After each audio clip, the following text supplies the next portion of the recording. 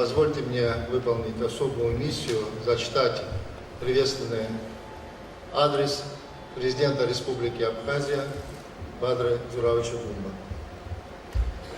Уважаемый Михаил Юрьевич, уважаемые участники и организаторы форума, от имени народа Республики Абхазия и от себя лично приветствую вас по случаю открытия 5-го международного форума «Мы помним», проходящего в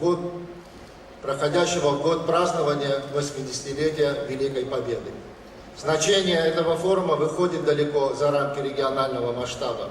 Он способствует укреплению духовных и культурных связей между народами, объединенными общей историей и общей победой. Особое значение нынешний форум имеет для Республики Абхазия. Впервые наши молодые представители принимают в этом масштабном международном событии свое участие.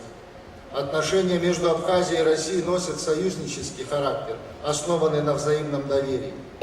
Наша страна также активно развивает контакты с регионами Российской Федерации и в последние годы выстраивает плодотворное партнерство с Псковской областью. Уверен, что форум «Мы помним» станет ярким примером того, как молодежь Абхазии, России и Белоруссии может вместе сохранять историческую память и строить будущее, основанное на дружбе и взаимопонимании.